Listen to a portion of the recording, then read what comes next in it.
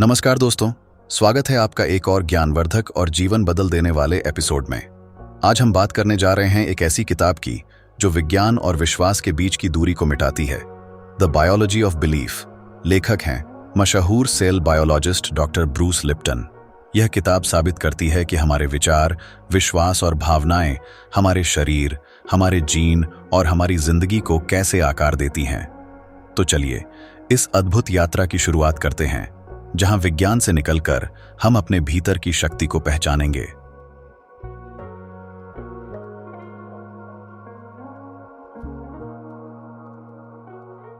Petri dish से मिली जिंदगी की सीख, lessons from the petri dish. आप सुन रहे हैं द बायोलॉजी ऑफ बिलीफ का पहला अध्याय, एक ऐसी शुरुआत जो हमारे सोचने का तरीका ही बदल देती है। लेखक डॉक्टर ब्रूस लिप्टन एक जाने माने सेल बायोलॉजिस्ट हैं। उन्होंने अपना जीवन कोशिकाओं, सेल्स के अध्ययन में बिताया है। इस अध्याय में वो हमें सीधे ले जाते हैं उस जगह पर जहां उन्होंने जिंदगी की सबसे अनोखी सच्चाई को जाना, पेट्री डिश के भीतर। पेट्री डिश और कोशिकाओं की दुनिया। पेट्री डिश क्या होता है? यह एक छोटी सी गोल प्लेट होती है जिसमें वैज्ञानिक कोशिकाएं उगाते हैं। डॉक्टर लिप्टन इसमें कोशिकाओं को एक विशेष द्रव्य यानी कल्चर मीडियम में रखते थे और ये देखा करते थे कि कैसे ये कोशिकाएं बढ़ती हैं, प्रतिक्रिया देती हैं और जीवन के लिए आवश्यक निर्णय लेती हैं। यहां से उन्हें एक चौंकाने वाली खोज मिली। कोशिकाओं का व्यवहार उस वातावरण पर निर्भर करता है जिसमें वो रखी जाती हैं। पर्यावरण बनाम जीन। अब तक की परंपरागत धारणा यह थी कि हमारा शरीर, हमारा स्वास्थ्य और हमारा व्यवहार, ये सब हमारे जीन्स द्वारा निर्धारित होता है। लेकिन डॉक्टर लिप्टन ने पाया कि जीन अकेले कुछ नहीं करते। वो तभी सक्रिय होते हैं जब उन्हें वातावरण से कोई संकेत मिलता है। जैसे ही कोशिकाओं को अलग अलग प्रकार के कल्चर मीडियम्स में रखा गया, उनका व्यवहार बदल गया। कुछ वातावरण में वो तेजी से बढ़ी, कुछ में वो मरने लगी और कुछ में निष्क्रिय हो गईं। इसका सीधा सा अर्थ ये निकला, पर्यावरण जीन से ज्यादा ताकतवर हो सकता है। एपिजेनेटिक्स, एक नई दिशा। इस खोज ने डॉक्टर लिप्टन को एक नई विज्ञान शाखा की ओर प्रेरित किया। एपिजेनेटिक्स का अर्थ है जीन के ऊपर नियंत्रण। यानी अब यह स्पष्ट हो चुका है कि हम सिर्फ अपने डीएनए के गुलाम नहीं हैं, बल्कि हमारा पर्यावरण, सोच, विश्वास, खान-पान और भावनात्मक स्थिति, ये सभी हमारी जीन की अभिव्यक्ति को प्रभावित करते हैं। सोच का प्रभाव शरीर पर। डॉक्टर लिप्टन इस अध्याय में ये भी बताते हैं कि अगर एक कोशिका जो देखने में सूक्ष्म है अपने आसपास के वातावरण से प्रभावित होती है, तो सोचिए मानव शरीर जो 50 ट्रिलियन कोशिकाओं का बना है, वो भी अपने वातावरण से कितना प्रभावित होता होगा। यह वातावरण सिर्फ बाहरी नहीं होता, बल्कि हमारे विचार, विश्वास, भावनाएं और सोच का वातावरण भी हमारी कोशिकाओं के लिए वातावरण जैसा ही काम करता है। इसलिए अगर हमारी सोच नकारात्मक है तो हमारे शरीर की कोशिकाएं भी रक्षात्मक मोड में चली जाती हैं, जिससे बीमारी, थकावट और तनाव जन्म लेता है। सबक, बदलाव अंदर से शुरू होता है। इस अध्याय का सबसे बड़ा संदेश यही है, हम अपने स्वास्थ्य, जीवन और ऊर्जा के मालिक खुद हैं। हमारे जीन कोई स्थायी निर्णय नहीं है, बल्कि वो हमारे वातावरण और सोच के अनुसार प्रतिक्रिया करते हैं। यानी अगर हम अपने विचार बदलें, भावनाएं साफ करें और अपने जीवन के वातावरण को सकारात्मक बनाएं, तो हम न केवल मानसिक रूप से बल्कि शारीरिक रूप से भी बदलाव महसूस करेंगे। हमारा शरीर सिर्फ जीन से नियंत्रित नहीं होता, बल्कि वातावरण से भी।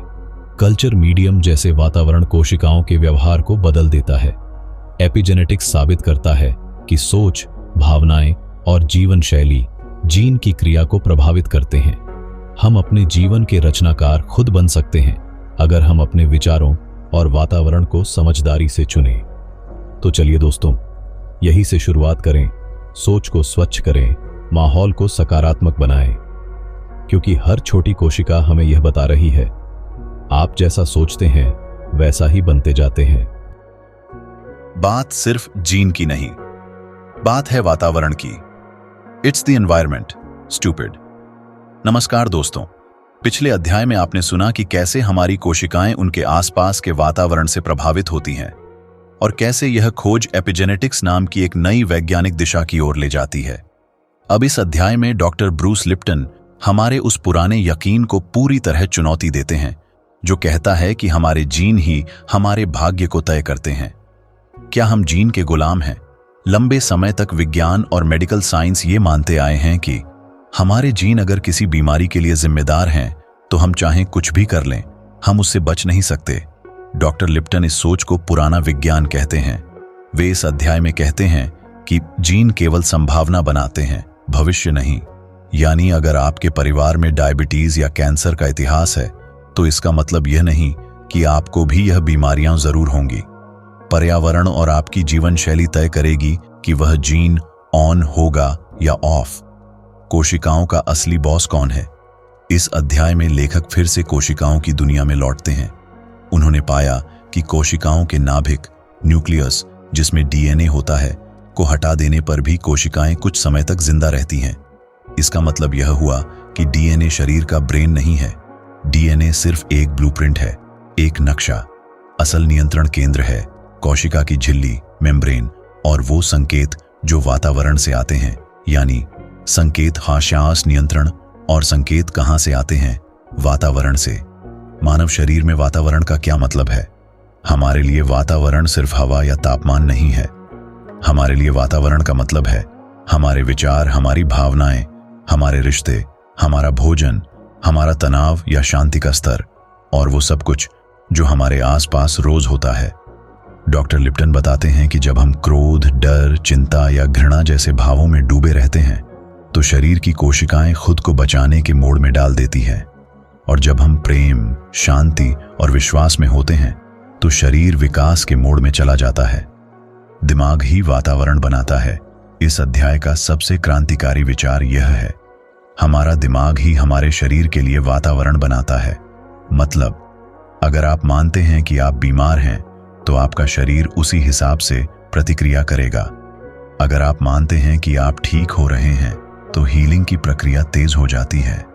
यहां से शुरू होती है प्लेसिबो इफेक्ट की शक्ति, जहां सिर्फ विश्वास से भी शरीर में बदलाव लाया जा सकता है।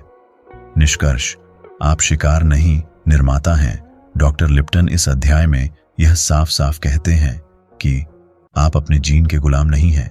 आप अपने विचारों और भावनाओं से अपना वातावरण तय करते हैं, और यही वातावरण आपके शरीर की कोशिकाओं को निर्देश देता है। यानी आपका शरीर वही बनता है जो आप सोचते हैं, महसूस करते हैं और जिस वातावरण में जीते हैं। अध्याय 2 का सार, जीन केवल संभावनाओं को तय करते हैं, यथार्थ को नहीं। शरीर की क्रियाएं वातावरण से मिलने वाले संकेतों पर निर्भर करती हैं। विचार, भावनाएं और विश्वास शरीर का आंतरिक वातावरण बनाते हैं। आप बीमारियों का शिकार नहीं, अपनी जिंदगी के रचनाकार हैं। तो चलिए दोस्तों, आज से एक नई सोच अपनाएं कि हम पीड़ित नहीं हैं, हम अपनी जिंदगी को रचने वाले कलाकार हैं। हमारा वातावरण, हमारी सोच और हमारे विश्वास, यही असली शक्ति है।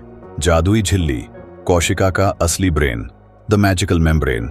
नमस्कार दोस्तों, फोकस ऑन व्हाट मैटर्स में हम ये जान चुके हैं कि जीन हमारे जीवन के मालिक नहीं हैं, बल्कि हमारे विचार और वातावरण मिलकर यह तय करते हैं कि जीन कैसे काम करेंगे। अब इस तीसरे अध्याय में डॉक्टर ब्रूस लिप्टन हमें एक और चौंकाने वाला सच बताते हैं। हमारा डीएनए नहीं, बल्कि हमारी कोशिका की झिल्ली असली कंट्रोल सेंटर है। झिल्ली, एक साधारण खोल या जादुई संरचना। कोशिका की झिल्ली यानी सेल मेम्ब्रेन को पहले केवल एक सुरक्षा दीवार माना जाता था जो कोशिका को बाहरी वातावरण से अलग रखती है। लेकिन डॉक्टर लिप्टन की रिसर्च ने बताया कि यह झिल्ली केवल एक सीमा रेखा नहीं, बल्कि एक बुद्धिमान प्रोसेसर की तरह काम करती है। यही झिल्ली तय करती है कौन सा पदार्थ अंदर आएगा, कौन सी जानकारी बाहर जाएगी और किस सिग्नल का कैसे जवाब देना है। यह झिल्ली ही असली ब्रेन है कोशिका का, न कि उसका नाभिक, न्यूक्लियस। नाभिक नहीं, झिल्ली है नियंत्रक। यह बात विज्ञान की पारंपरिक सोच को झटका देती है, क्योंकि दशकों से माना जाता रहा कि न्यूक्लियस ही कोशिका का मस्तिष्क है, क्योंकि वहीं जीन होते हैं। लेकिन लिप्टन ने देखा कि अगर किसी कोशिका से न्यूक्लियस को हटा भी दिया जाए तो भी वह कुछ दिनों तक जीवित रहती है, प्रतिक्रिया देती है, काम करती है। इससे यह साबित होता है कि नाभिक केवल सूचना का भंडार है, जबकि नियंत्रण का केंद्र झिल्ली है। झिल्ली की संरचना छान माइक्रोब्रेन कोशिका की झिल्ली 2 परतों वाली एक पतली लेयर होती है, जिसे फॉस्फोलिपिड बिलेयर कहा जाता है।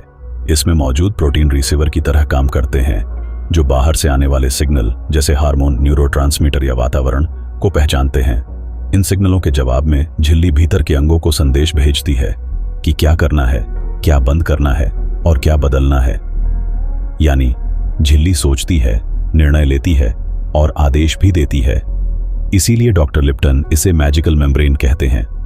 झिल्ली और चेतना, एक आध्यात्मिक दृष्टिकोण। डॉक्टर लिप्टन इस अध्याय में एक बहुत सुंदर विचार प्रस्तुत करते हैं कि कोशिका की झिल्ली ही आत्मा से मिलने का माध्यम है। क्यों?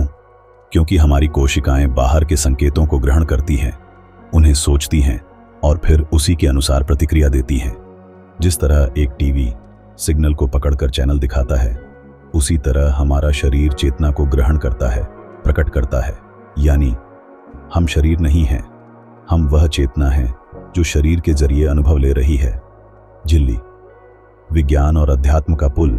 यह अध्याय एक अद्भुत संदेश देता है कि शरीर की कोशिकाएं केवल जैविक इकाइयां नहीं हैं, वे बुद्धिमान, संवेदनशील और संचार में सक्षम हैं। झिल्ली का यह व्यवहार यह साबित करता है कि जीवन कोई रासायनिक दुर्घटना नहीं, बल्कि एक संगठित और संचालित प्रणाली है, जिसमें हर क्षण सूचना आदान प्रदान हो रहा है। क्या इसका मतलब हमारे लिए है? हम अपने शरीर से संवाद कर सकते हैं, क्योंकि हमारी कोशिकाएं सुन रही हैं हमारे विचारों, भावनाओं और विश्वासों को। चेतना सिर्फ मस्तिष्क में नहीं है, बल्कि शरीर की हर कोशिका उसमें भाग लेती है। हमारी चेतना का प्रभाव शारीरिक स्तर तक जाता है।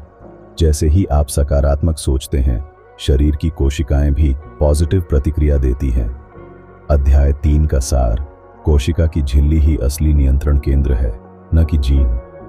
झिल्ली वातावरण से संदेश लेकर शरीर के भीतर आदेश भेजती है। ये झिल्ली ब्रह्मांडीय चेतना से जुड़ने का एक माध्यम है। हमारा शरीर एक जैविक यंत्र नहीं, बल्कि एक जागरूक प्रणाली है। तो चलिए दोस्तों, आज से अपनी सोच, अपने शब्द और अपनी ऊर्जा को जानबूझकर चुनें, क्योंकि आपकी हर भावना, आपकी हर सोच, आपके शरीर की हर कोशिका तक पहुंची जा रही है और आपकी झिल्ली वो सुन रही है और जवाब दे रही है। नई भौतिकी, जब ठोस जमीन हवा पर खड़ी हो। The new physics, planting both feet firmly on thin air. इस अध्याय में डॉक्टर ब्रूस लिप्टन हमें विज्ञान के एक ऐसे क्षेत्र में ले जाते हैं जो सुनने में तो कठिन लग सकता है, लेकिन इसका असर हमारी सोच और जीवन पर गहरा होता है, और वो है क्वांटम फिजिक्स, यानी नई भौतिकी। पुराना विज्ञान बनाम नया विज्ञान। पिछली सदियों तक हम न्यूटनियन भौतिकी पर भरोसा करते थे। इसमें माना जाता था कि ब्रह्मांड एक विशाल मशीन की तरह काम करता है, जहां हर चीज ठोस, सॉलिड, निश्चित, प्रिडिक्टेबल और भौतिक, फिजिकल है। लेकिन 20वीं सदी की शुरुआत में वैज्ञानिकों ने पाया कि कणों के स्तर पर चीजें बिल्कुल अलग होती हैं। पदार्थ, मैटर, ठोस नहीं, बल्कि ऊर्जा, एनर्जी है, और हर चीज, हर कण आपस में जुड़े हुए हैं। यहीं से शुरू हुआ क्वांटम भौतिकी का युग, जिसे doctor Lipton the new physics कहते हैं। ऊर्जा, इजाज, सब कुछ।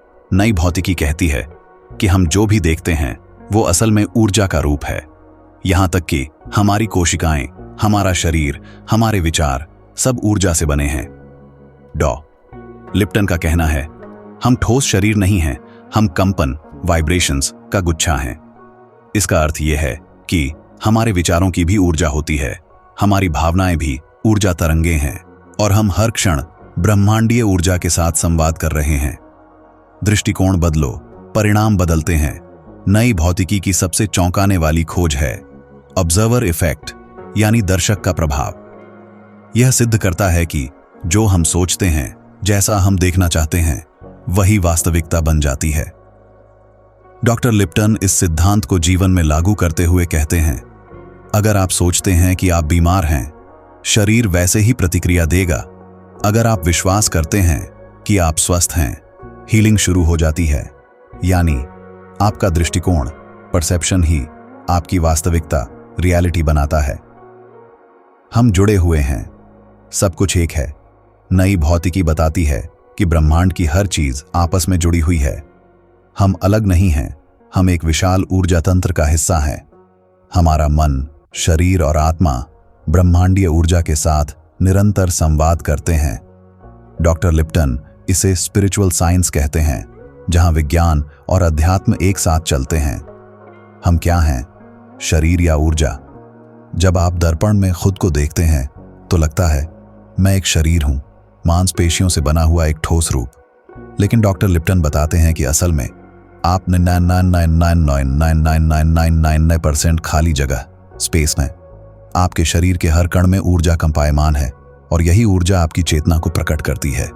यानी हम ठोस शरीर नहीं हैं, हम चेतना हैं जो एक ऊर्जा रूप में प्रकट हुई है।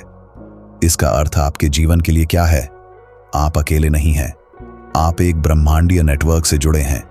हर विचार, हर भावना उस नेटवर्क में कंपन उत्पन्न करती है। आप अपनी वास्तविकता बदल सकते हैं अगर आप अपनी सोच बदलें। जैसा आप सोचेंगे वैसा ही अनुभव करेंगे। ऊर्जा का स्तर बढ़ाना, इनस जीवन स्तर बढ़ाना, प्रेम, कृतज्ञता और सकारात्मकता आपको ऊर्जावान और स्वस्थ बनाती है। अध्याय 4 का सार। नई भौतिकी कहती है कि सब कुछ ऊर्जा है, शरीर भी, सोच भी। आपकी चेतना आपकी वास्तविकता को आकार देती है। आप कोई ठोस मशीन नहीं, बल्कि सजीव ऊर्जा और चेतना का प्रवाह हैं। ब्रह्मांड और आप दोनों अलग नहीं, बल्कि एक ही हैं। तो चलिए दोस्तों, अब से सिर्फ शरीर को नहीं, अपनी ऊर्जा को भी पोषित करें। अपने विचारों को ऊंचा रखें, क्योंकि हर सोच एक तरंग है जो पूरे ब्रह्मांड में गूंजती है, और वही तरंगें आपकी जिंदगी की दिशा तय करती हैं। विश्वास की जीव विज्ञान, सोच बदलो, जीवन बदलो, बायोलॉजी ऑफ बिलीफ।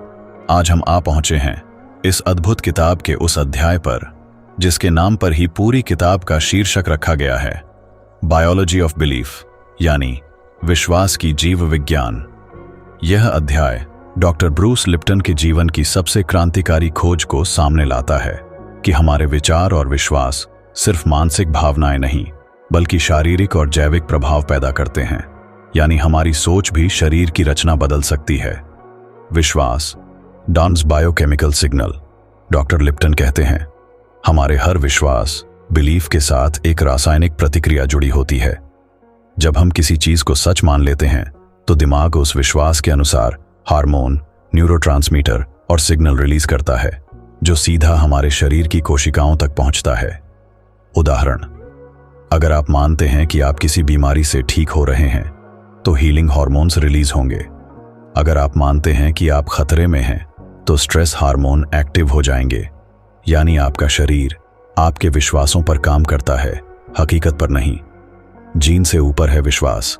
पिछले अध्यायों में हमने जाना कि हमारा शरीर जीन के अनुसार नहीं, बल्कि पर्यावरण और सोच के अनुसार काम करता है। यहां डॉक्टर लिप्टन इसे एक कदम आगे ले जाकर कहते हैं, आपके विश्वास ही आपका आंतरिक वातावरण बनाते हैं। अगर विश्वास सकारात्मक है तो कोशिकाएं ग्रोथ मोड में होती हैं।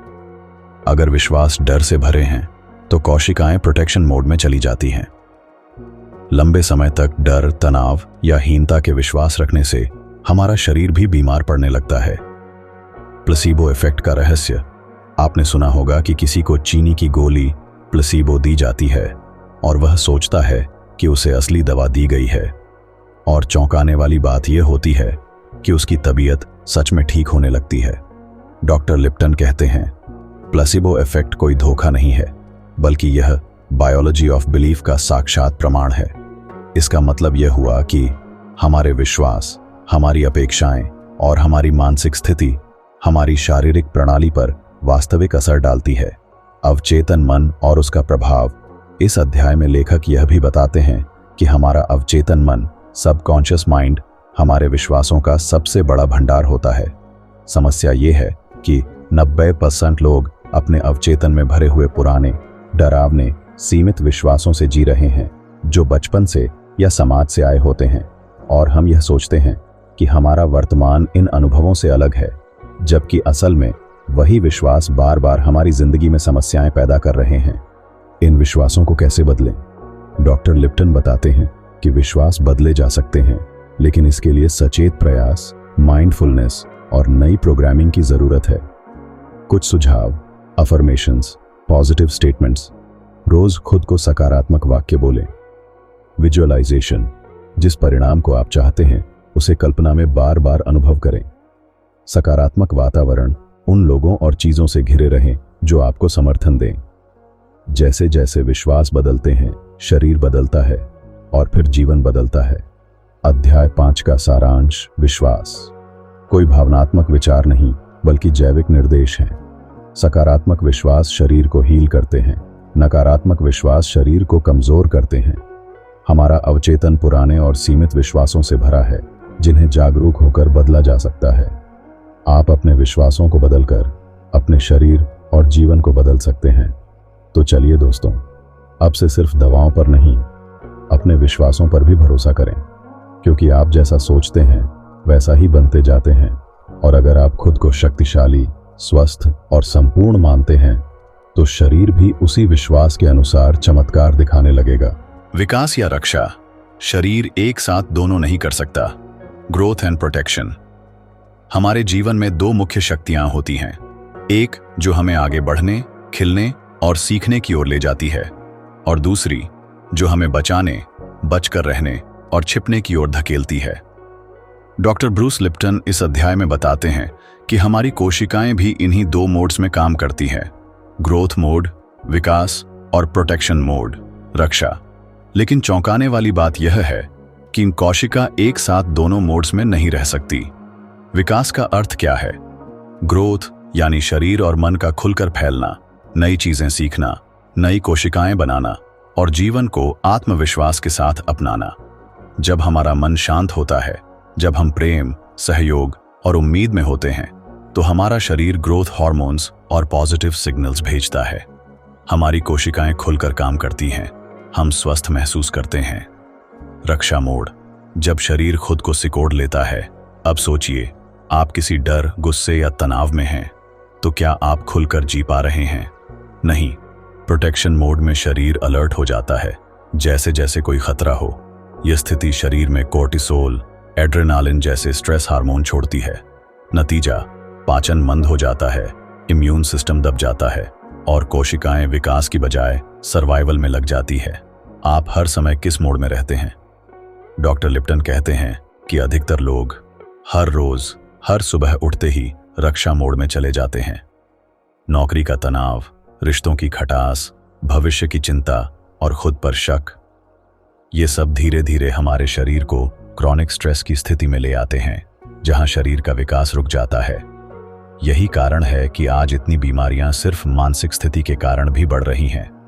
समाधान: सुरक्षित माहौल प्लस सकारात्मक सोच। हमारे शरीर को विकास के लिए सुरक्षा और शांति चाहिए।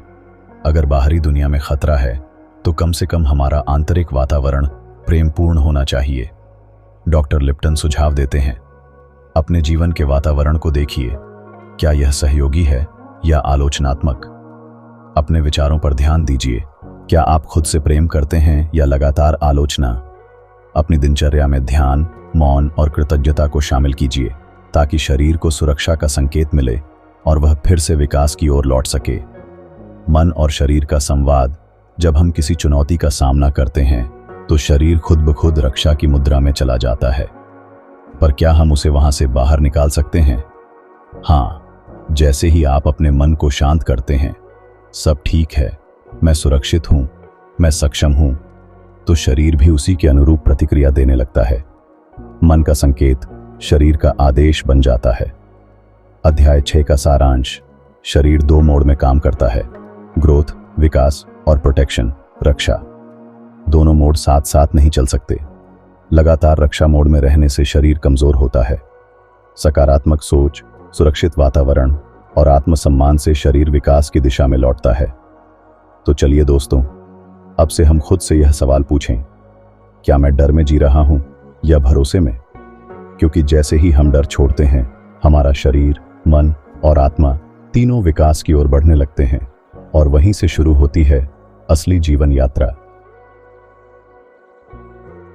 सजग पालन पोषण, जहां भविष्य की नींव रखी जाती है। Conscious parenting. क्या आप जानते हैं कि एक बच्चे की सोच, भावनाएं और जीवन की दिशा उसके पहले 6 से 7 साल के अनुभवों से ही तय हो जाती है? डॉक्टर ब्रूस लिप्टन इस अध्याय में एक क्रांतिकारी बात रखते हैं। हम बच्चों को सिर्फ खाने, पहनाने और स्कूल भेजने से नहीं पालते, हम उन्हें अपने विचार, व्यवहार और भावनाओं से प्रोग्राम करते हैं। शुरुआती वर्षों की अहमियत। बच्चा जब जन्म लेता है तो उसका दिमाग लगभग खाली होता है, एक खुली हार्ड ड्राइव की तरह जो अपने आसपास की हर चीज को रिकॉर्ड करता है। शुरू के 6-7 सालों में बच्चा थीटा ब्रेन वेव्स की अवस्था में होता है, जो गहरी सीखने और सम्मोहन जैसी स्थिति मानी जाती है। इसका मतलब बच्चा हर बात को बिना फिल्टर किए सच मानता है और वही उसकी अवचेतन सोच, सबकॉन्शियस माइंड बन जाती है। सबकॉन्शियस प्रोग्रामिंग का असर। आपने कभी सोचा है कि कोई व्यक्ति आत्मविश्वासी क्यों होता है, कोई हमेशा डर में क्यों रहता है, या कोई क्यों बार बार एक जैसी गलतियां दोहराता है? डॉक्टर लिप्टन बताते हैं, अधिकतर वयस्कों की समस्याएं उनके बचपन के अनुभवों की छाया होती है। अगर किसी बच्चे को बचपन में यह कहा गया, तू कभी कुछ नहीं कर पाएगा, लड़कों को रोना नहीं चाहिए, दुनिया बहुत खतरनाक है, तो ये बातें उसके विश्वास बन जाती हैं और वह बड़ा होकर उसी सोच के अनुसार जीवन जीने लगता है। पालक कौन है? केवल माता पिता नहीं। यह अध्याय सिर्फ माता पिता के लिए नहीं है, बल्कि हर उस व्यक्ति के लिए है जो किसी बच्चे के जीवन का हिस्सा है। चाहे आप शिक्षक हों, दादा दादी, रिश्तेदार या समाज का कोई सदस्य, आपके विचार, बोल और व्यवहार बच्चों पर गहरा प्रभाव डालते हैं। बच्चे सुनते कम हैं, महसूस ज्यादा करते हैं। वे शब्द नहीं, ऊर्जा पढ़ते हैं। सजग पालन पोषण कैसे करें? डॉक्टर लिप्टन सजग पालन पोषण के लिए कुछ मूल बातें बताते हैं। पहले खुद को सुधारें। अगर आप चाहते हैं कि बच्चा संयमित हो, तो पहले आप खुद शांत और संतुलित बने। प्रेम और सुरक्षा का वातावरण दें। डर से नहीं, प्रेम से सीखा गया ज्ञान टिकाऊ होता है। बच्चे को खुद पर विश्वास करना सिखाएं। तू कर सकता है, तू काबिल है जैसे वाक्य बच्चे की आत्मा में बस जाते हैं। बच्चे की भावनाओं को मान्यता दें, उसे सुनें, समझें और महसूस करें ताकि वो अंदर से सुरक्षित महसूस करे। विज्ञान और आत्मा का संगम। इस अध्याय में डॉ. लिप्टन यह भी बताते हैं कि बच्चे केवल जेनेटिक कोड, डीएनए से नहीं बनते, बल्कि आसपास का वातावरण, रिश्तों का भाव और विचारों की ऊर्जा उनके जीन की अभिव्यक्ति को प्रभावित करती है। बच्चा आपका प्रतिबिंब नहीं है, बल्कि आपकी ऊर्जा का विस्तार है। अध्याय 7 का सारांश। पहले 6-7 सालों में बच्चे का अवचेतन मन बनता है। वह आपके शब्द नहीं, आपकी ऊर्जा से सीखता है। बच्चों को सिर्फ पढ़ाना नहीं, प्रेम, सम्मान और सुरक्षा देना जरूरी है। सजग पालन पोषण का मतलब है हर क्षण जानबूझकर होशपूर्वक जुड़ना। तो चलिए दोस्तों, अगर हम अगली पीढ़ी को सशक्त बनाना चाहते हैं, तो शुरुआत हमें अपने आप से करनी होगी। बच्चों को न सिर्फ अच्छी बातें सिखाएं, बल्कि उन्हें जीकर दिखाएं, क्योंकि बच्चा वह बनता है जो वो अपने आसपास हर दिन महसूस करता है। आत्मा और विज्ञान। जब विज्ञान भी नम्र हो जाता है। Conclusion, spirit and science. हम इस अद्भुत पुस्तक द बायोलॉजी ऑफ बिलीफ के अंतिम पड़ाव पर पहुंच चुके हैं। यह सिर्फ एक किताब नहीं थी, बल्कि एक यात्रा थी जो हमें कोशिकाओं से लेकर चेतना तक ले गई, जहां विज्ञान और आत्मा एक दूसरे से टकराते नहीं, बल्कि गले मिलते हैं। इस अंतिम अध्याय में डॉक्टर ब्रूस लिप्टन हमें बताते हैं कि विज्ञान और अध्यात्म अलग नहीं हैं, बल्कि एक ही सच्चाई के 2 दृष्टिकोण हैं। विज्ञान का नया चेहरा। बीते कई दशकों तक विज्ञान ने केवल भौतिक, फिजिकल दुनिया पर ध्यान दिया, जो दिखाई दे, मापा जा सके या उपकरणों से सिद्ध हो सके। पर अब क्वांटम फिजिक्स, एपिजेनेटिक्स और न्यूरोसाइंस ने यह साबित किया है कि हमारी सोच, विश्वास और चेतना का असर हमारे शरीर और जीवन पर पड़ता है। हमारी कोशिकाएं सिर्फ रासायनिक नहीं, बल्कि ऊर्जावान और भावनात्मक प्रतिक्रियाएं भी देती हैं। यानी विज्ञान अब केवल शरीर को नहीं, मन और आत्मा को भी मान्यता देने लगा है। आत्मा सिर्फ धर्म की चीज नहीं। डॉक्टर लिप्टन आत्मा को किसी धर्म से नहीं जोड़ते। उनके अनुसार आत्मा एक ऊर्जा है, चेतना है, जो शरीर के जरिए खुद को प्रकट करती है। वे कहते हैं, हम इंसान नहीं हैं जो आध्यात्मिक अनुभव ले रहे हैं, बल्कि हम आत्माएं हैं जो इंसान बनने का अनुभव ले रही है। इसका मतलब हमारा अस्तित्व सिर्फ शरीर और दिमाग तक सीमित नहीं है, बल्कि हम उस अनंत ऊर्जा का हिस्सा हैं जिसे ब्रह्मांड, ईश्वर या चेतना कहा जाता है। मन, चित्त, रचनात्मक शक्ति। डॉ लिप्टन का यह निष्कर्ष पूरी किताब का सार है। आपका मन आपका निर्माण करता है। जैसे आप सोचते हैं, जैसे आप विश्वास करते हैं, जैसे आप महसूस करते हैं, वैसे ही आपका शरीर और आपका जीवन बनता है। आप बीमार पड़ते हैं या ठीक होते हैं, आप सफल होते हैं या असफल, सब आपके आंतरिक संवाद पर निर्भर करता है। विज्ञान और अध्यात्म मिलकर क्या कहते हैं? आप जीन के गुलाम नहीं हैं, आप अपने सोच के मालिक हैं। आपका शरीर एक ऊर्जा प्राप्त यंत्र है जो विचारों से प्रभावित होता है। आप चेतना हैं जो हर पल जीवन को रच रही है। आप अकेले नहीं हैं, ब्रह्मांड की चेतना से जुड़े हैं। भविष्य की ओर एक आमंत्रण। इस अध्याय में डॉक्टर लिप्टन हमें एक आमंत्रण देते हैं कि हम अपने सोचने का तरीका बदलें, अपने विश्वासों को साफ करें और अपने भीतर की चेतना को पहचानें। क्योंकि जब आप ये समझ जाते हैं कि आप खुद ही अपना निर्माता हैं, तो आप हर परिस्थिति में मुक्त, जिम्मेदार और शक्तिशाली महसूस करने लगते हैं। विज्ञान अब आत्मा को भी स्वीकार कर रहा है। शरीर, मन और चेतना तीनों का तालमेल जरूरी है। आप सिर्फ जीव विज्ञान नहीं, चेतन ऊर्जा हैं। सोच बदलते ही शरीर, अनुभव और जीवन बदल सकते हैं। तो चलिए दोस्तों, अब से हम सिर्फ शरीर को नहीं, अपने विचारों, विश्वासों और चेतना को भी पोषित करें। क्योंकि हम सिर्फ जीव नहीं हैं, हम ब्रह्मांड की वो शक्ति हैं जो खुद को अनुभव करने धरती पर आई है। और यह किताब हमें यही याद दिलाने आई थी। अगर आपको यह बुक समरी अच्छी लगी हो तो कृपया इस चैनल को सब्सक्राइब कर दीजिए। साथ ही बेल आइकॉन को भी दबा दीजिएगा, जिससे हर नए वीडियो का नोटिफिकेशन आपको मिल जाए। धन्यवाद।